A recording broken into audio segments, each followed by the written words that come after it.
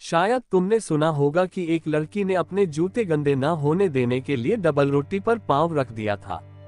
उसका क्या बुरा हाल हुआ, ये कहानी उसी के बारे में लिखी और छापी गई। वह लड़की गरीब पर घमंडी और बददिमाग थी। उसे बुरे चरित्र वाली कहा जा सकता था। जब वह छोटी थी तब उससे मक्खियों और तितलियों के पंख उखाड़ने में खुशी मिलती थी, जिससे वे बाद में घिसकते रहें, उड़ न पाए। अगर वह कीचड़ में से कोई कीड़ा पकड़ लेती थी तो उसके बदन में पिन चुभो देती थी, फिर उस बेचारे कीड़े के पैरों के पास कागज रख देती थी जिससे वह उसे पकड़ ले, फिर उसे कागज समेत गोल घूमते पलटते देखती रहती थी। कीड़ा बेचारा ये सोचता था कि शायद कागज की मदद से अपने को पिन से छुड़ा लेगा। तब इंगर नाम की वह लड़की चीखती, हंसती और कहती, देखो कीचड़ का कीड़ा पड़ रहा है, देखो वह पन्ना उलट रहा है। बड़ी होने पर भी उसमें कोई सुधार नहीं आया, बल्कि और बिगड़ती चली गई। वह सुंदर थी और शायद यह उसकी बदकिस्मती थी, नहीं तो दुनिया उसके साथ और बुरा व्यवहार करती। उसकी अपनी माँ उसके बारे में कहती थी कि उसका सिर रगड़ने के लिए तेज खारा पानी चाहिए। जब तुम छोटी थी तब तुमने मेरे एप्रन पर पैर रखा था, बड़ी होकर मुझे डर है कि तुम मेरे दिल पर पैर रखोगी। और उसने वही किया। गांव के एक घर में उसे नौकरानी का काम दिलवाया गया। जिस परिवार के लिए वह काम कर रही थी वे रईस और ऊंचे खानदान के थे। मालिक और मालकिन दोनों उसके साथ बहुत अच्छा व्यवहार करते थे, जैसे वह नौकरानी न होकर उनकी बेटी हो। वह सुंदर तो थी ही, सुंदर कपड़े भी पहनती थी। धीरे धीरे वह ज्यादा घमंडी होती गई। उसके 1 साल काम कर लेने के बाद मालकिन ने उससे कहा कि इंगर, तुम्हें अपने माता पिता से मिलने जाना चाहिए। वह गई, पर इसलिए कि वह अपने कपड़े दिखाना चाहती थी। उसके गांव में घुसते ही एक छोटा सा तालाब था जहां लड़के लड़कियां गप मारते रहते थे। जब वह वहां पहुंची तो उसने देखा कि एक पत्थर पर उसकी माँ बैठी थी। वह जंगल से लकड़ी बटोर कर लाई थी। गट्ठर पास में ही रखा था और अब वह आराम कर रही थी। इंगर को शर्म आई कि उसके इतने अच्छे कपड़े थे जबकि उसकी माँ चिथड़ों में थी और उसे आग जलाने के लिए लकड़ी बटोरनी पड़ती थी। लड़की अफसोस न करके गुस्से से मुड़ी और लौट गई। 6 महीने बीत गए। उसकी मालकिन ने फिर कहा, एक दिन के लिए घर जाकर अपने बूढ़े माता पिता से मिलाओ। ये बड़ी डबल रोटी लेती जाओ। मुझे पूरा विश्वास है कि वे तुम्हें देखकर खुश होंगे। वे बहुत ध्यान से कदम रख रही थी कि कहीं उसके कपड़े और जूते खराब ही न हो जाएं। इसका किसी को बुरा नहीं मानना चाहिए, पर जब रास्ता दलदली हो गया और एक जगह पानी भरा दिखा तो बजाय जूते गीले करने के उसने पानी पर डबल रोटी फेंक दी। जैसे ही उसने रोटी पर पैर रखा, वह रोटी नीचे कीचड़ में धंसती गई। उसके साथ ही इंगर और वह गायब हो गए। सतह पर जहां पानी इकट्ठा था वहां सिर्फ कुछ बुलबुले दिखाई दे रहे थे। कहानी ज्यादातर ऐसे सुनाई जाती है, पर लड़की का क्या हुआ? वह कहां गायब हो गई? वह दलदल की चुड़ैल के पास पहुंच गई। चुड़ैल बोनो की बुआ थी। बोनो को सब जानते हैं। उनके बारे में कविताएं लिखी गई हैं, उनकी तस्वीरें बनाई गई हैं, पर कीचड़ की चुड़ैल के बारे में ज्यादातर लोगों को बहुत नहीं पता। जब कीचड़ के ऊपर कोहरा छा जाता है तब लोग कहते हैं, देखो दलदल की चुड़ैल शराब बना रही है। इसी शराब की भट्टी में इंगर डूब गई। वह रहने के लिए अच्छी जगह नहीं है। चुड़ैल की शराब की भट्टी की तुलना में मैला रखने की हौदी कहीं ज्यादा हल्की और हवादार होती है, पर हर हौदी से आने वाली बू इतनी बुरी होती है कि आदमी को उसका हल्का सा झोंका भी बेहोश कर सकता है। ये इतने पास पास होते हैं कि इनके बीच में से निकला नहीं जा सकता। अगर आप किसी तरह थोड़ी सी जगह में से निकलने की कोशिश भी करोगे तो वह जगह फिसलते सांपों और मेंढकों से भरी होगी। इंगर इस जगह पहुंच गई। ठंडे सांप और मेंढक जब उसके शरीर को छूते तो वह कांप उठती, पर बहुत देर ऐसा नहीं रहा। इंगर को लगा उसका शरीर अकड़ता जा रहा है। आखिर वह एक बुत जैसी अकड़ गई। डबल रोटी अभी भी उसके पांव से चिपकी थी, छूट ही नहीं रही थी। दलदल की चुड़ैल उस दिन घर पर ही थी। शैतान की परदादी शराब खाने के मुआयने के लिए आने वाली थी। वह बहुत पुरानी और द्वेषपूर्ण बुढ़िया है जो जरा भी वक्त खराब नहीं करती। वह जब घर से निकलती है तो कुछ सिलाई का काम साथ ले जाती है। उस दिन वह झूठ की कटाई कर रही थी और साथ ही कुछ गिरे हुए बेकार शब्दों को क्रोशिया कर रही थी। वह परदादी अच्छा सीना काटना और क्रोशिया करना जानती है।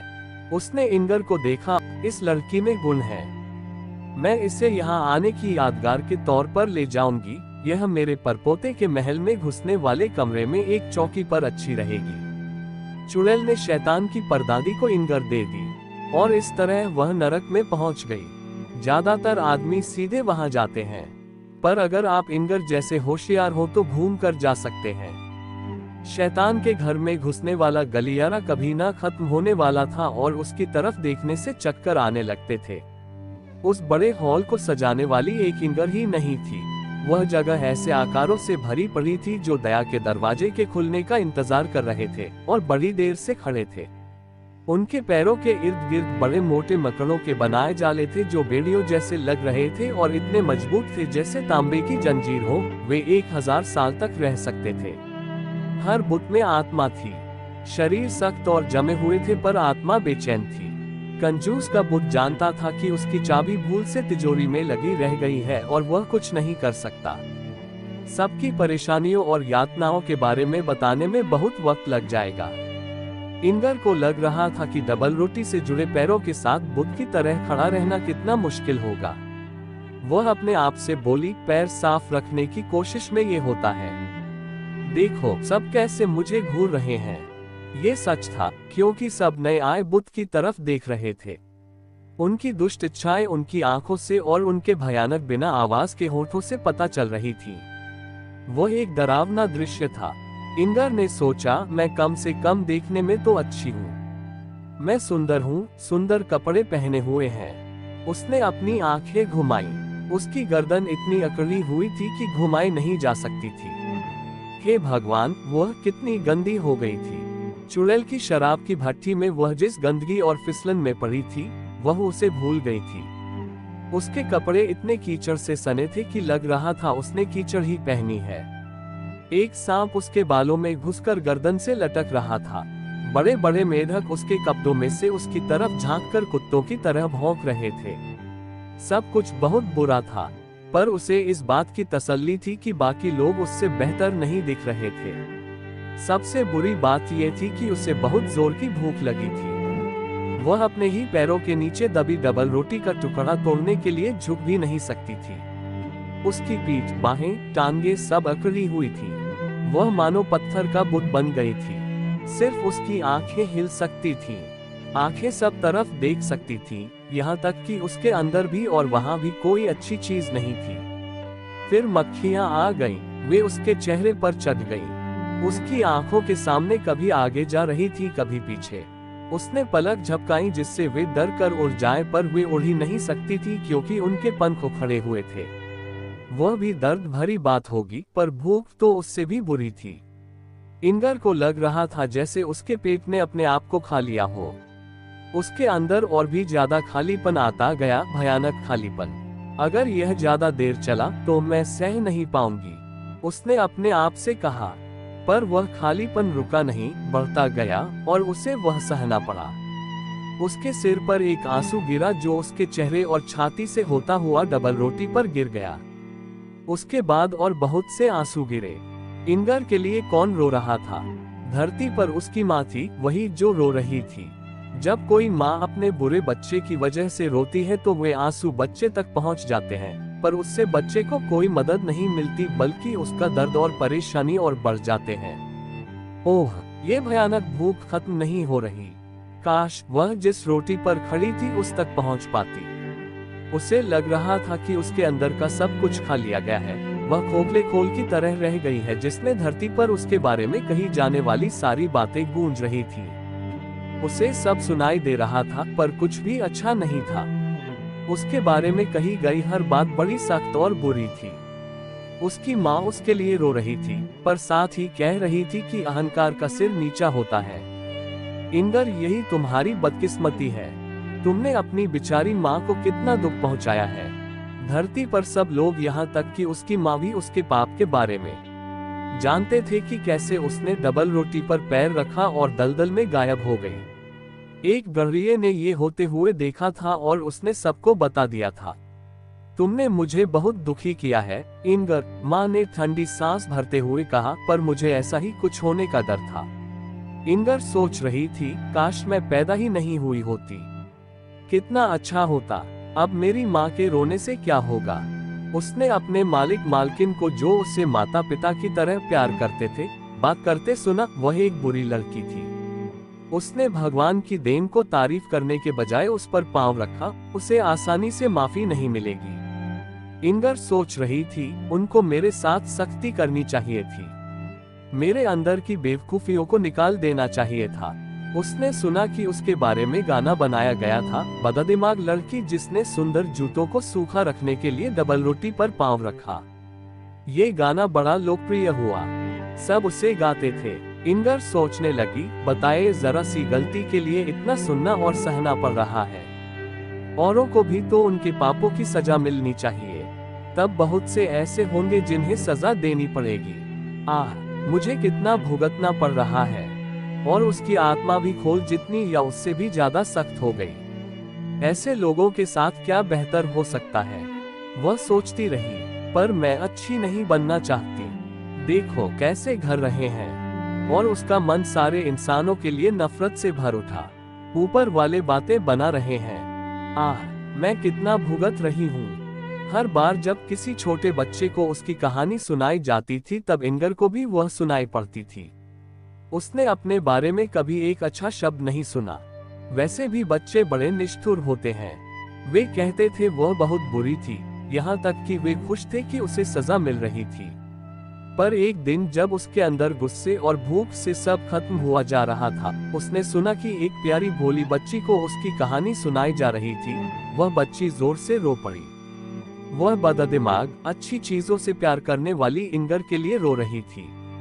उसने पूछा, क्या वह फिर कभी धरती पर नहीं आएगी। जो बड़ा आदमी उसे कहानी सुना रहा था बोला, नहीं, वह फिर कभी धरती पर नहीं आएगी, पर वह माफी मांग ले और कहे कि वह फिर ऐसा नहीं करेगी। पर वह माफी नहीं मांगेगी, बड़े ने कहा। लड़की बोली, काश वह ऐसा कह दे। अगर वह फिर धरती पर आएगी तो मैं उसे अपनी गुड़िया का घर दे दूंगी। मुझे लगता है उस बेचारी इंगर को कितना बुरा लग रहा होगा।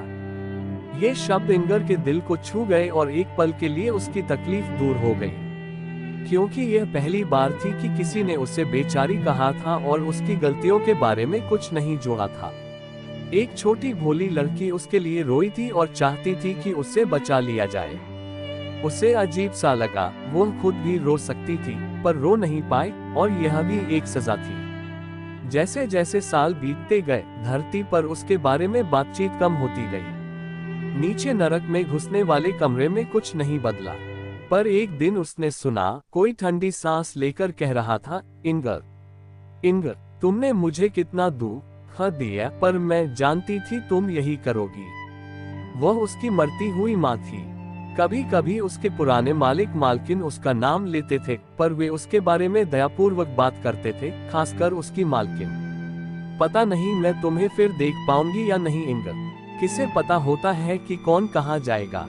पर इंगर को पक्का पता था कि उसकी दयालु मालकिन उसकी तरह नहीं भुगतेगी। समय बीतता गया, लंबे कड़वे साल बीतते गए। आखिर फिर एक बार इंगर ने अपना नाम सुना। उसे लगा कभी न खत्म होने वाले हॉल के अंधेरे में उसके ऊपर दो तेज सितारे चमक रहे हैं। वे वही दो दयालु आंखें थीं जो धरती पर अब बंद होने वाली थीं। कितने साल पहले जो छोटी बच्ची बेचारी इंगर के लिए रोई थी, अब बूढ़ी औरत थी जिसे भगवान ने अपने पास बुलाया था। उस आखिरी वक्त पर जब उसके दिमाग में लंबे जीवन की सारी बातें घूम रही थी, तब उसे ये भी याद आया कि जब वह छोटी बच्ची थी तो इंगर की कहानी सुनकर कितना रोई थी।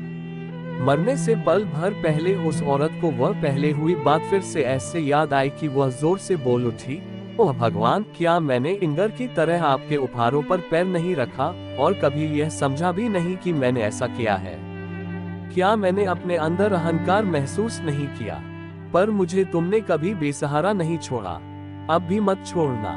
जैसे ही बुढ़िया की आंखें बंद हुई, उसकी अंदर की आंखें खुल गईं। जो अब तक उससे छिपा था वह अब दिखने लगा। मरते वक्त उसके ख्यालों में इंगर थी, इसलिए अब उसे इंगर का पूरा दुख दिखाई देने लगा। ये देखकर वह फिर से बचपन की तरह फूट फूट कर रोने लगी। उसके आंसू और प्रार्थना शैतान के घर में घुसने वाले हॉल में खड़े इंगर के बुत के खोल में गूंजने लगे। इंगर की दुखी आत्मा ऊपर से बिना उम्मीद के आने वाले इस प्यार से गदगद हो उठी। भगवान की एक दिव्यदूत उसके लिए रो रही थी। उसकी परेशान आत्मा धरती पर बीते अपने जीवन और सारे कामों को याद करने लगी। वह कांप उठी और आंसू बहाने लगी जो इंगर ने कभी नहीं बहाए थे।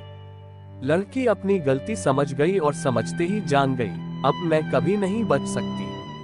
उसने अभी इतना सोचा भी नहीं था कि स्वर्ग से सूरज की किरण से भी तेज रोशनी उसके ऊपर पड़ने लगी। सूर्य की किरण से बर्फ का आदमी या बच्चे के गर्म मुंह में पड़ी बर्फ जितनी जल्दी पिघलती है उससे भी ज्यादा जल्दी इंगर का बुत पिघला और गायब हो गया। जहां वह खड़ा था वहां से एक चिड़िया ऊपर जमीन की तरफ उड़ गई। डर और शर्म से भरी वह चिड़िया एक गिरती हुई दीवार के छेद के अंधेरे में छिप गई। वह चिड़िया हर जीवित चीज से डर रही थी। वह चहचहा नहीं सकती थी क्योंकि उसके पास आवाज नहीं थी। उसने बहुत देर तक अंधेरे में बैठने के बाद बाहर झांका और बाहर की खूबसूरती देखने लगी, क्योंकि दुनिया वाकई बहुत सुंदर है। रात का वक्त था, आकाश पर चंद्रमा तिर रहा था, हवा धीमी और ताजी थी। चिड़िया पेड़ों और झाड़ियों की खुशबू सघ रही थी। उसने अपनी परों वाली पोशाक को देखा और जाना कि वह कितनी सुंदर है। प्रकृति की हर चीज कितने प्यार से बनाई गई है। चिड़िया अपने विचारों को गीतों में बताना चाहती थी। वह बसंत में कोयल की आवाज खुशी खुशी से लेती पर नहीं ले पाए। पर भगवान जो मौन कीड़े का भी अपनी प्रशंसा में गाया गया भजन सुन लेता है, उसने इसको भी सुना और समझा, ठीक वैसे ही जैसे उसने डेविड की कविता को शब्दों और लय में व्यक्त होने से पहले उसके दिल में होते हुए ही समझ लिया था। दिन और हफ्ते बीतते गए, चिड़िया में बिना आवाज के गीत बनते रहे। उन्हें चाहे शब्द या संगीत में अभिव्यक्ति नहीं मिली, पर वे कामों में व्यक्त होते रहे। पतझड़ के बाद सर्दियां आ गईं, क्रिसमस का भोज पास आ रहा था। किसानों ने आंगन में एक ऊंचे बांस पर जई के पौधे का गुच्छा सा बांध दिया ताकि ईसा के जन्मदिन के दिन आकाश में उड़ने वाली चिड़िया भूखी न रह जाएं। क्रिसमस के दिन सुबह जब सूरज निकला तो वह जई के गुच्छे पर चमका और चहकती हुई चिड़िया उसके चारों तरफ उड़ने लगी। उस वक्त वह अकेली चिड़िया, जो अब तक डर के मारे किसी के पास जाने की हिम्मत नहीं कर पाई थी और अब तक दीवार के छेद में छिपी हुई थी, एक शब्द बोल पड़ी, पिप। उसके मन में एक विचार आया। वह अपनी छिपी हुई जगह से निकली और उड़ चली। उसकी कमजोर सी एक पिप एक पूरे खुशी के गाने की तरह थी। जमीन पर तो वह एक चिड़िया थी, पर स्वर्ग में वे जानते थे कि वह कौन सी चिड़िया थी। बहुत तेज सर्दी थी, झीलें बर्फ से ढक गई थीं। जंगल के जानवरों और पक्षियों के लिए मुश्किल वक्त था, खाना मिल नहीं रहा था। बड़ी सड़क पर छोटी चिड़िया उड़ रही थी। सड़क पर जाती सवारियों के निशानों के बीच में उसे जई का एक आध दाना मिल जाता था। जहां यात्री आराम करते थे, वहां कभी कभी उसे डबल रोटी के टुकड़े या चूरा मिल जाता था। वह खुद बहुत कम खाती थी, पर बाकी भूखी चिड़ियों को बुलाती थी ताकि वे खा ले। शहर में वह उस आंगन को ढूंढती जहां किसी दयालु हाथ ने भूखी चिड़ियों के लिए रोटी या नाज के दाने फेंके हों। ऐसी जगह मिलने पर वह एक आध दाना खाकर बाकी उन्हें दे देती थी। सर्दियों भर में छोटी चिड़िया ने डबल रोटी के इतने टुकड़े इकट्ठा किए और बांटे जिनका वजन इंगर की उस डबल रोटी जितना हो गया था, जिन पर उसने जूतों को गंदा होने से बचाने के लिए पांव रखा था। जैसे ही आखिरी छोटा टुकड़ा मिला और उसने दिया, वैसे ही छोटी चिड़िया के पंख बड़े होते गए और बच्चे बोले, देखो, झील के ऊपर समुद्री बत्तख उड़ रही है। वे उस सफेद चिड़िया के पीछे दौड़ने लगे जो पानी की तरफ आती फिर वापस ऊपर आकाश में उड़ जाती थी। सूरज की धूप में उसके पंख चमक रहे थे। फिर वह चली गई। बच्चे बोले, वो सूरज के अंदर चली गई।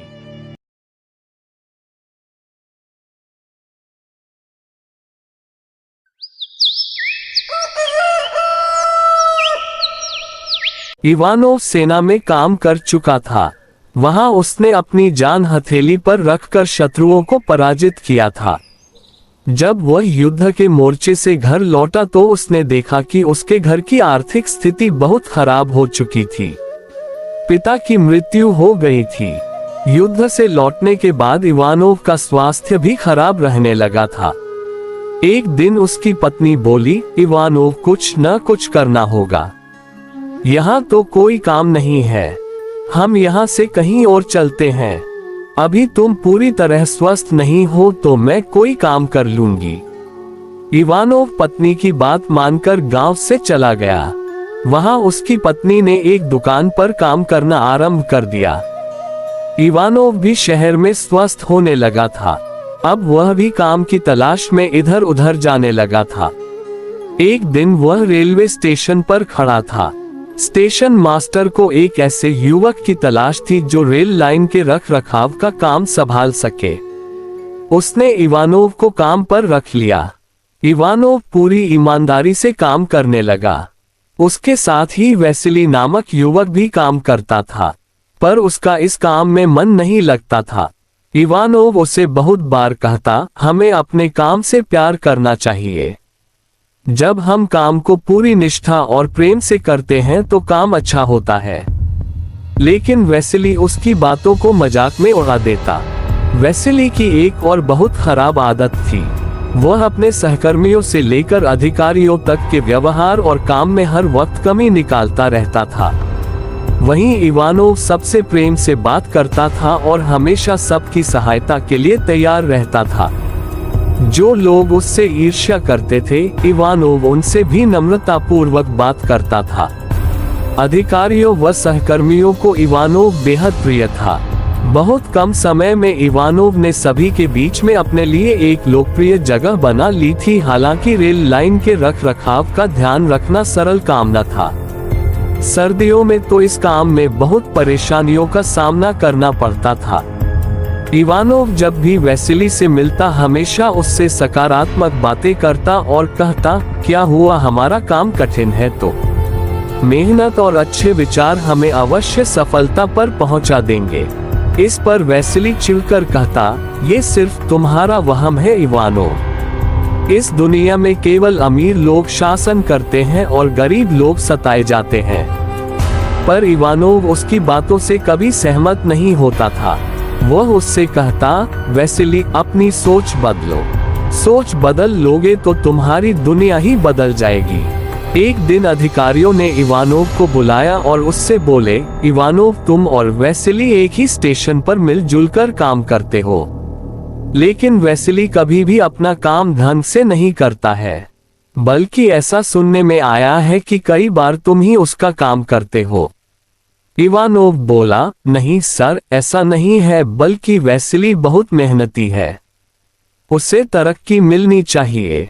इवानोव से वेसिली के बारे में ऐसी बातें सुनकर अधिकारी चकित रह गए, क्योंकि सभी सहकर्मी उसके दुर्व्यवहार और काम सही से न करने की शिकायत करते थे। एक दिन बड़े अधिकारी ने वहां पर दौरा किया। उसने पाया कि वेसिली काम के समय पर लापरवाही से सोया हुआ है। अकेला इवानोव सारा काम संभाल रहा है। उसकी इतनी बड़ी लापरवाही को देखते हुए उसे काम से निकाल दिया गया। वेसिली को लगा कि शायद इवानोव ने उसकी शिकायत की है, इसलिए उसे नौकरी से निकाल दिया गया है। वह वहां से जाते जाते इवानोव से बोला, तुमने मेरी शिकायत करके अच्छा नहीं किया, मैं तुमसे इसका बदला अवश्य लूंगा। इवानोव उसकी बात सुनकर हैरानी से बोला, वेसिली, जरूर तुम्हें कोई गलतफहमी हुई है, मैंने तुम्हारी कोई शिकायत नहीं की है। पर वेसिली ने उसकी एक न सुनी और इवानोव के प्रति अपने मन में नफरत पाले वहां से चला गया। वेसिली चुपके चुपके इवानोव से बदला लेने की साजिश रचने लगा। इवानोव को बांसुरी बनाने का शौक था, इसलिए वह समय मिलने पर अक्सर बांसुरी के लायक नरकुल की तलाश में तालाब की ओर चला जाता था। उस दिन भी इवानोव नरकुलों की तलाश में तालाब की ओर गया। तालाब के एक तरफ ऊंचाई से रेल लाइन गुजरती थी। वहां दूर तक घनी झाड़ियां उगी हुई थीं। एकाएक अचानक इवानोव के कान में जोर से ठक की आवाज हुई। दोबारा से उसे आवाज सुनाई दी। इस बार उसे ऐसा प्रतीत हुआ मानो लोहे से लोहा टकरा रहा हो। जैसे जैसे वह आवाज की दिशा में बढ़ता जाता था, आवाज तेज होती जाती थी। फिर कुछ देर में सब ओर सन्नाटा छा गया।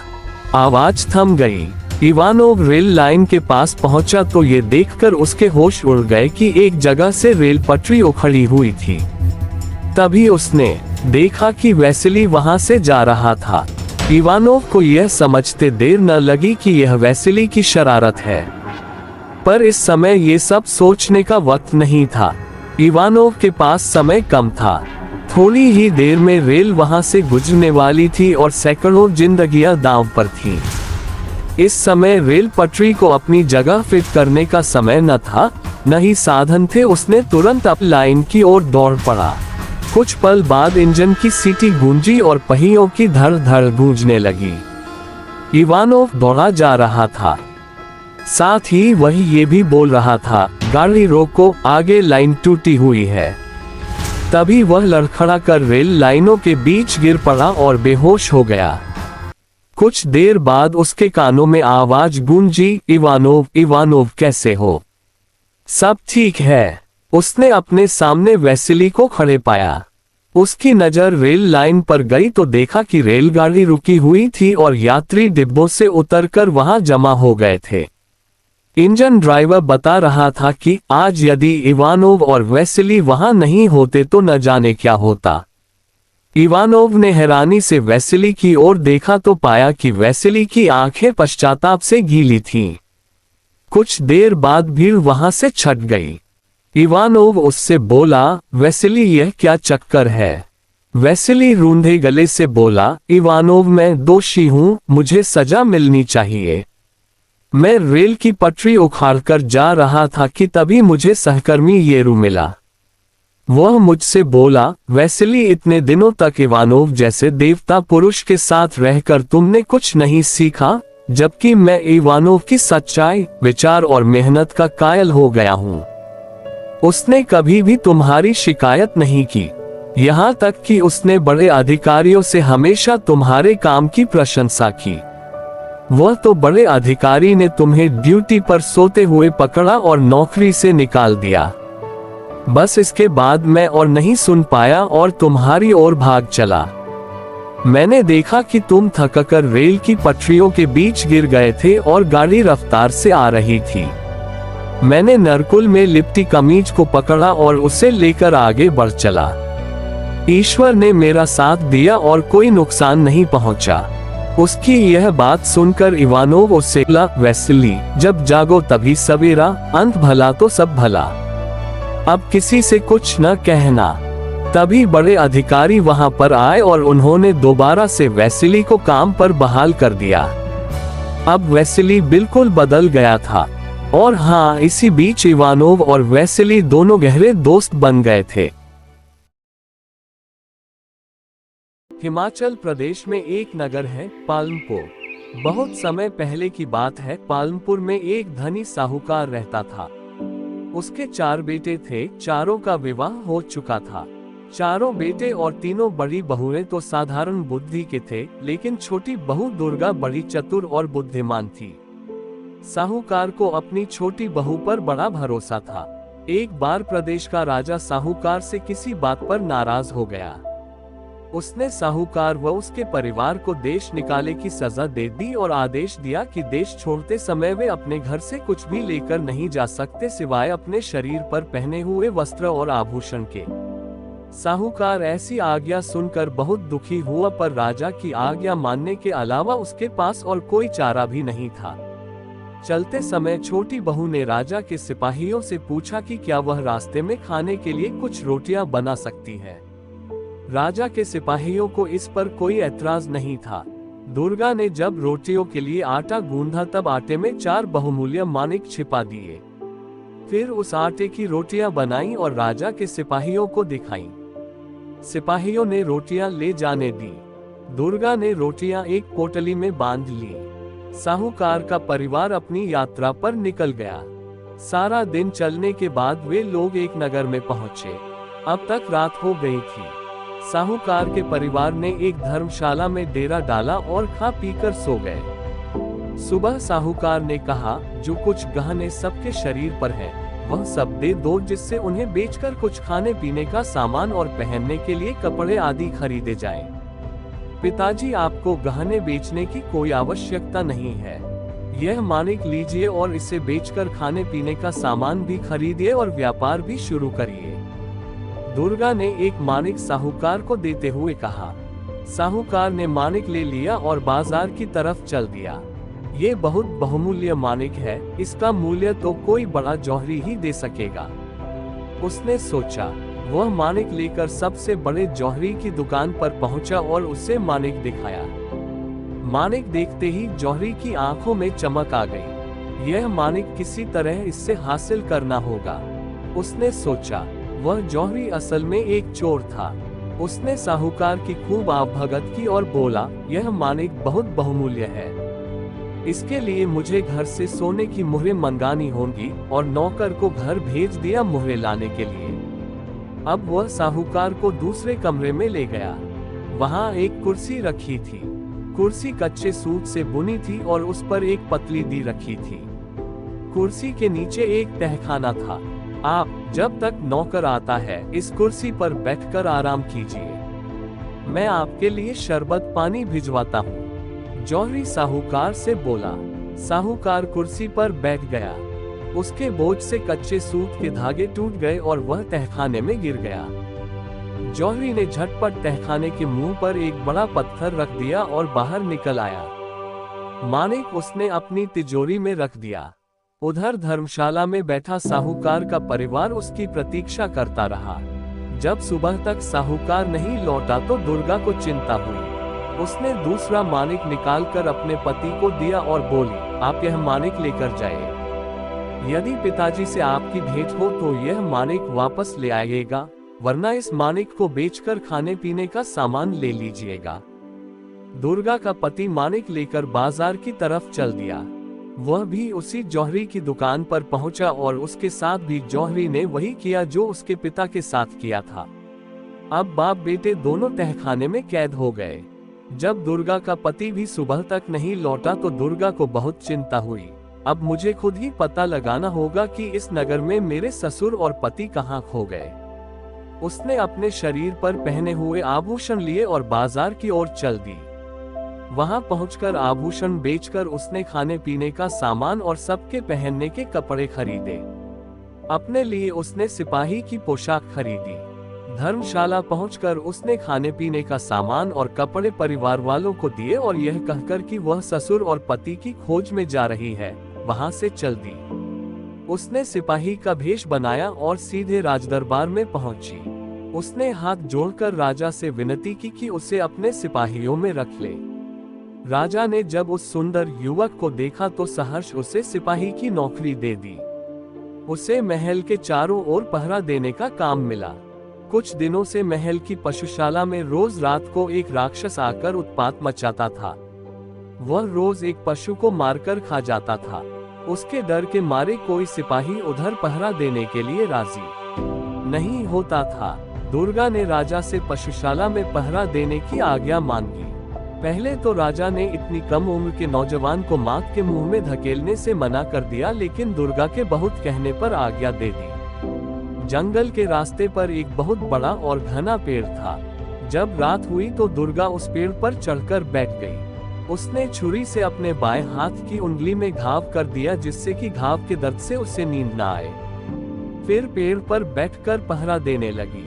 आधी रात के बाद उसे जंगल की तरफ से आहट सुनाई दी। उसने देखा कि जंगल से निकलकर एक बड़ा सा भैंसा सींग उठाए महल की चार दीवारी की तरफ दौड़ा चला आ रहा है। वह समझ गई कि यही राक्षस है। जैसे ही वह भैंसा पेड़ के नीचे आया, दुर्गा दोनों हाथों में तलवार लेकर उसके ऊपर कूद गई और तलवार से उसकी गर्दन काट गिराई। मरते ही राक्षस अपने असली रूप में आ गया। दूसरे दिन जब राजा को ये समाचार मिला तो वह दुर्गा से बहुत प्रसन्न हुआ। तुमने राक्षस को बड़ी बहादुरी से मारा है, जो चाहे इनाम मांग लो, वह बोला।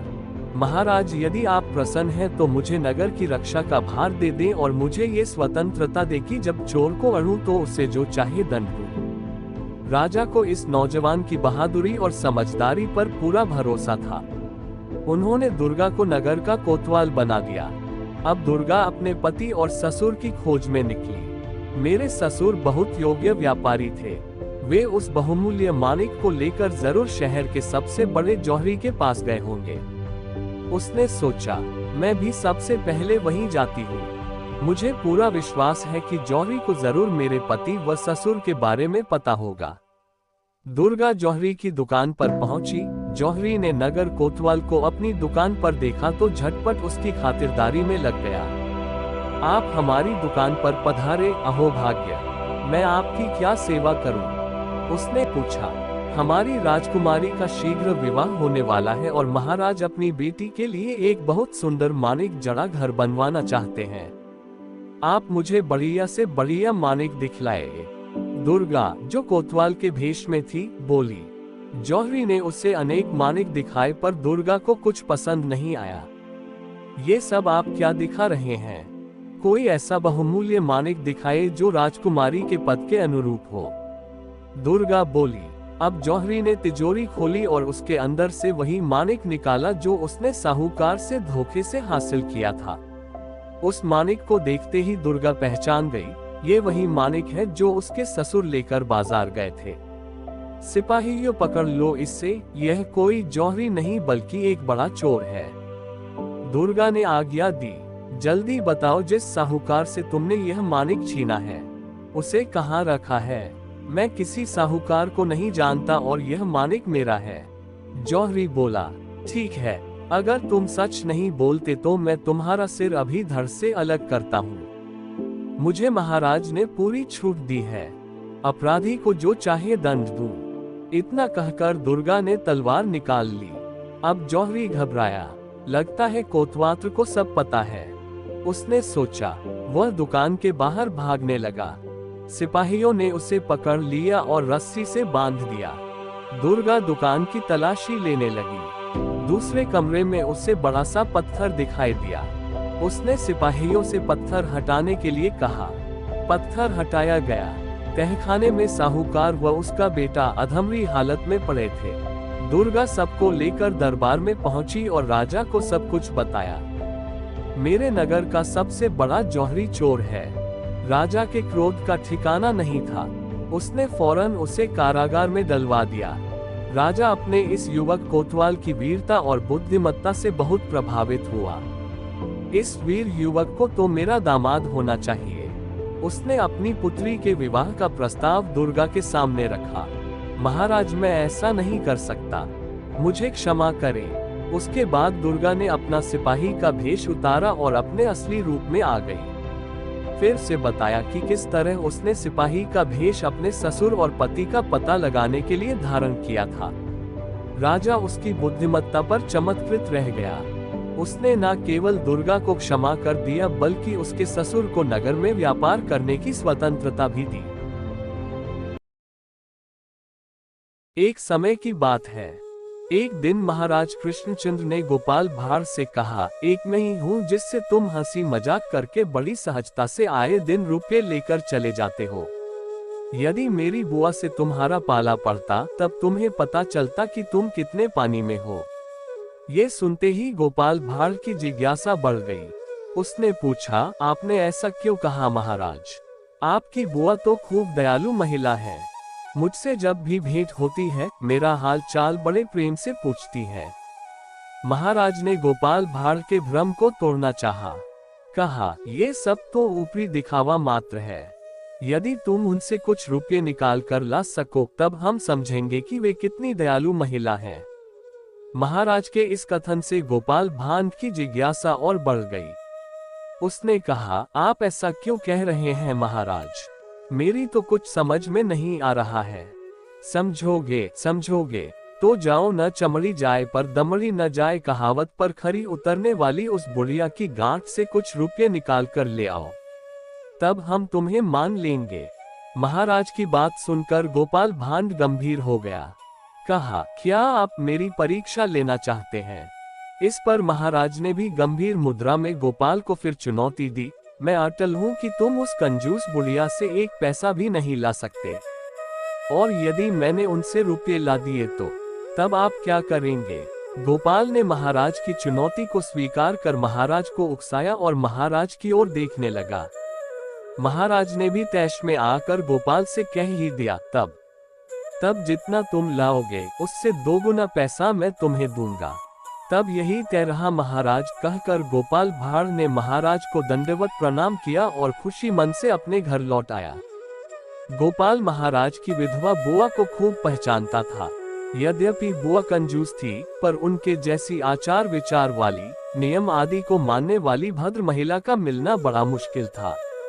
विशेष पर्व त्योहार के दिन व्रत उपवास तो चलता ही रहता था, उनसे एकादशी, पूर्णिमा, अमावस्या आदि भी नहीं छूटता था। इस दिन भी वे नियमित उपवास करती ही थीं। अतः इस प्रकार की निष्ठावती भद्र महिला को किस तरह से काबू में किया जाता है, गोपाल भांड अच्छी तरह जानता था। अपनी योजनानुसार पहले वह बाजार पहुंचा। वहां से उसने छोटी झींगा मछली खरीदी। घर लाकर अच्छी तरह से उसे तला, फिर कागज में लपेटा और चल दिया महाराज की बुआ से मिलने। गोपाल को देखते ही बुआ ने बड़े ही अपनत्व से उसका स्वागत किया। आओ गोपाल आओ। पर गोपाल ने बुआ को जैसे ही दंडवत प्रणाम कर चरण धूली लेनी चाहिए, न जाने क्यों बुआ बिदक कर 2 कदम पीछे हट गई। कहने लगी, रहने दो, अभी मुझे छुओ मत, नहीं तो फिर से मुझे स्नान करना पड़ेगा। पता नहीं बाहर की कितनी गंदगी तुमने अपने शरीर में लगाई होगी। गोपाल को अंततः बुआ को दूर से ही दंडवत कर संतोष करना पड़ा।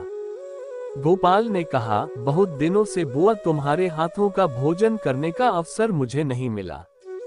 आज तो मैं आपके हाथों का भोजन ग्रहण करके ही जाऊंगा, यही तय करके आया हूँ।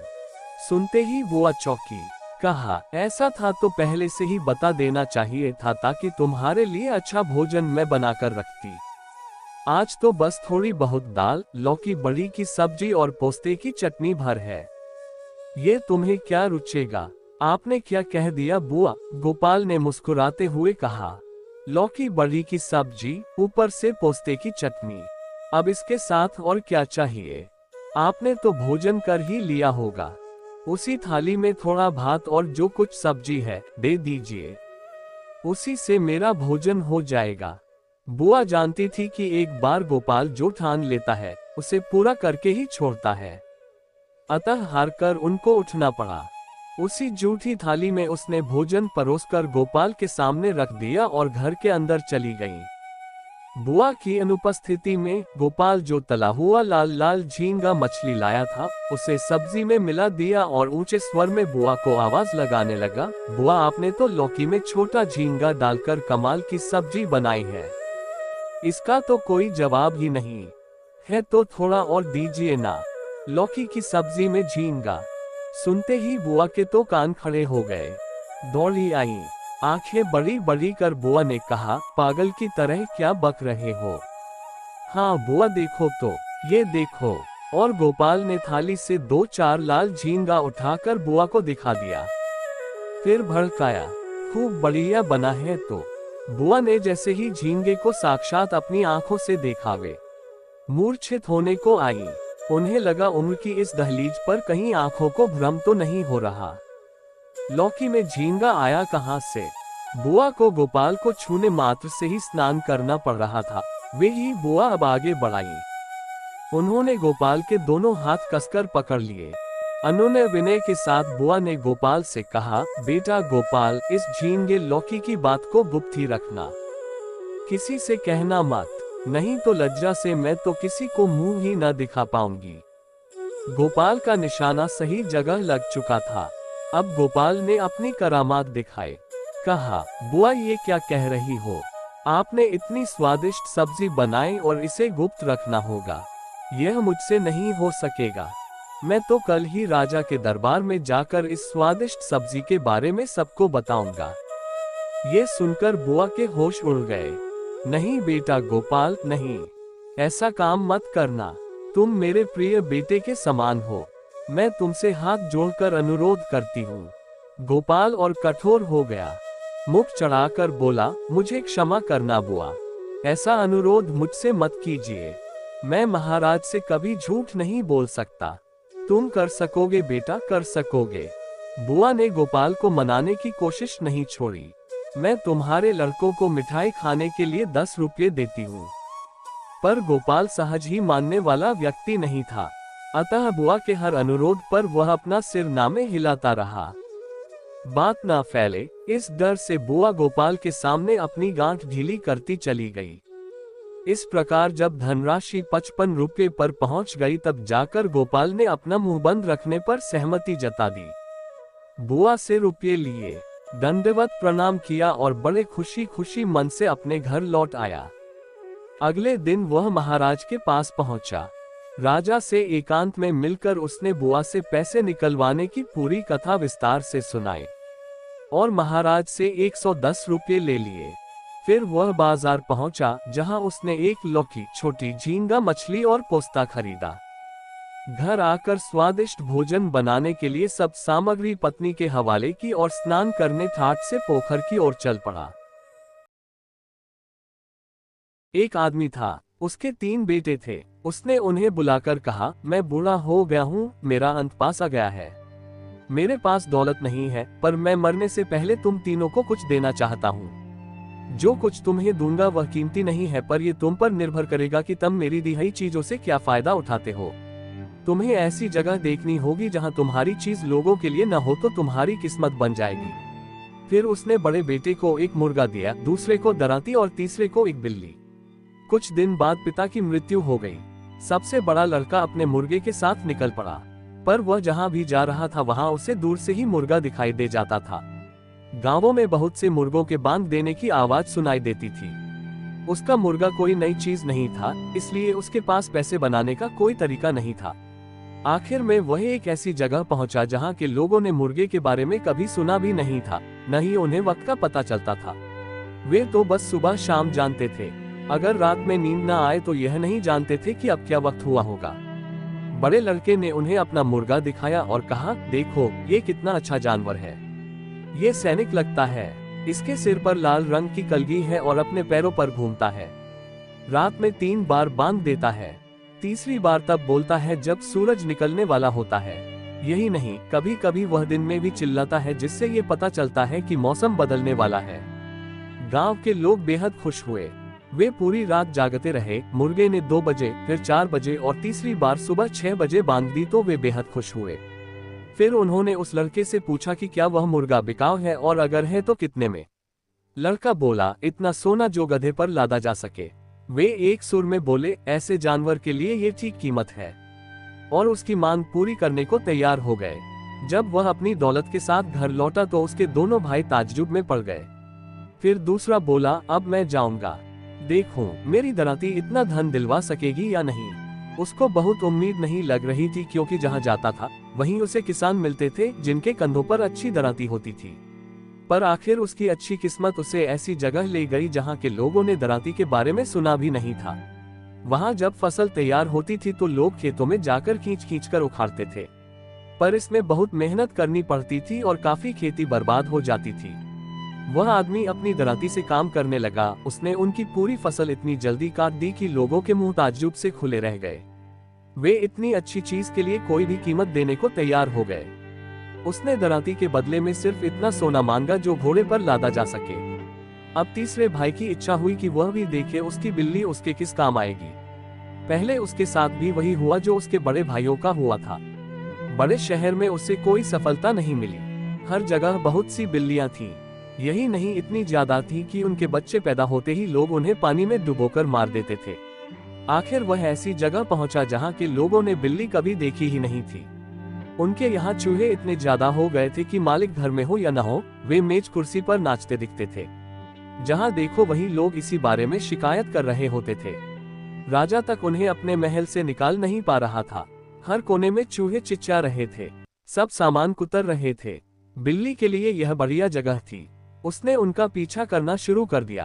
पलक झपकते ही उसने 2 कमरों से उन्हें साफ कर दिया। अब लोगों ने राजा से विनती की कि जनता की भलाई के लिए किसी भी कीमत पर उस बिल्ली को खरीद ले। राजा ने हंसी खुशी मुमांगी कीमत दे दी। एक खच्चर पर सोना हीरे जवाहरात लाद कर दे दिए। इस तरह तीसरा भाई पहले दोनों से ज्यादा दौलत लेकर घर लौट आया। उधर बिल्ली शाही महल में दावत उड़ा रही थी। उसने इतने चूहे खा लिए थे कि अब उनकी संख्या कम हो गई थी। धीरे धीरे वह अपने काम से बेहद थक गई। उसे बहुत प्यास भी लगने लगी। वह सीधी खड़ी हुई, सिर ऊंचा किया और बोली, म्याऊं म्याऊं। इस अजीब आवाज को सुनकर राजा ने अपनी सारी प्रजा को इकट्ठा कर लिया। बहुत से लोग उस आवाज को सुनते ही इतना डर गए कि चीखते हुए महल छोड़कर भाग गए। राजा ने अब एक बड़ी सभा बुलाई ताकि यह तय किया जा सके कि आगे क्या करना चाहिए। बहुत बहस के बाद यह फैसला किया गया कि बिल्ली के पास एक दूत भेजा जाए जो उसे यह चेतावनी दे कि वह फौरन महल छोड़ दे, नहीं तो उसे जबरदस्ती निकाला जाएगा। सलाह देने वाले कहने लगे कि इससे तो हम चूहों को सह लेंगे, क्योंकि हमें उनकी आदत भी है। चूहों से पीछा छुड़ाने के लिए अपनी जान खतरे में नहीं डालेंगे। दूत ने जाकर बिल्ली से पूछा, क्या तुम महल छोड़ने को तैयार हो? पर बढ़ती प्यास से परेशान बिल्ली कोई जवाब न देकर सिर्फ म्याऊं म्याऊं कर रही थी। दूत को लगा कि वह नहीं नहीं कह रही है। उसने जाकर राजा को यही जवाब सुना दिया। राजा ने तोपे लगवाए और हर तरफ से महल पर आग बरसने लगी। जब आग बिल्ली के कमरे तक पहुंची तो वह खिड़की से बाहर कूदी और भाग गई। पर घेरा डालने वालों ने उसे भागते हुए नहीं देखा, इसलिए वे बार बार वार करते रहे और आखिर महल जलकर धूल में मिल गया।